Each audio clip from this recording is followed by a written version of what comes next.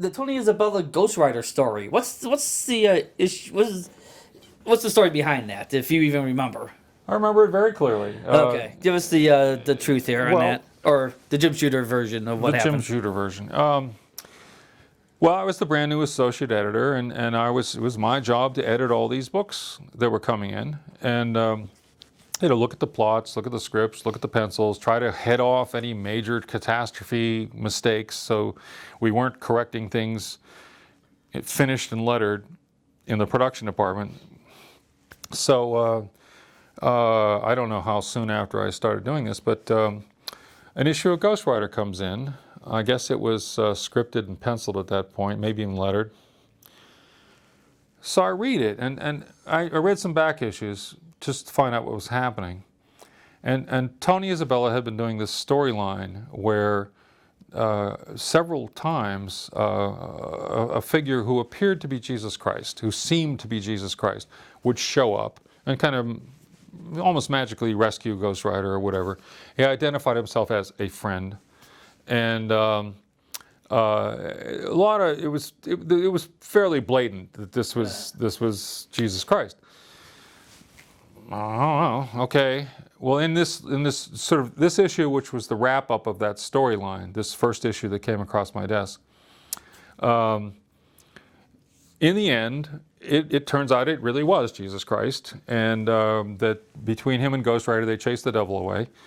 And God grants Ghost Rider his powers by divine intervention, so he can keep being the Ghost Rider. And, and it basically established that the Marvel Universe is a Christian universe. And I thought, that doesn't sound right.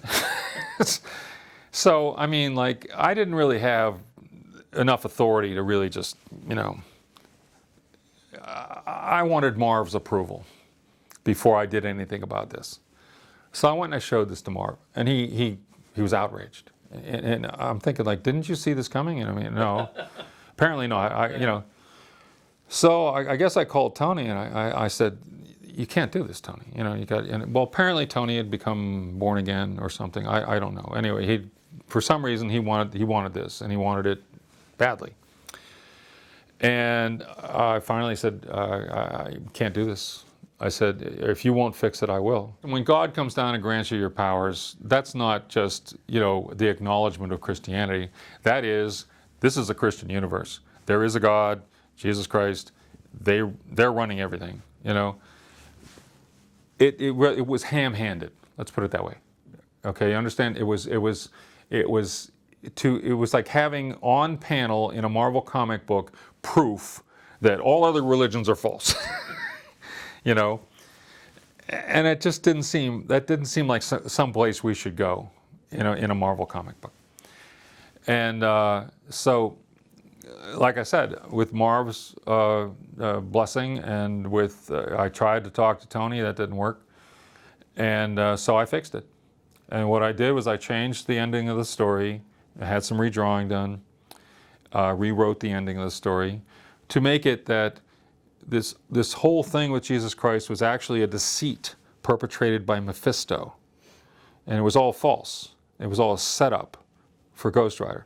And it was Ghost Rider himself who overcomes Mephisto and retains his powers because he's still the demon, the spirit of vengeance. And, tried to make sense in the Marvel Universe. And that's the way the story ran. I even laid out panels for the artist. I still have the layouts. And guess what? Tony doesn't like me anymore. But to me, I thought, no, you just don't do this. I mean, that was my training when I was at DC. Mort explained that, look, you got all kinds of readers all over the world, all kinds of people, all different. You can't just exclude this group alienate or alienate these guys, or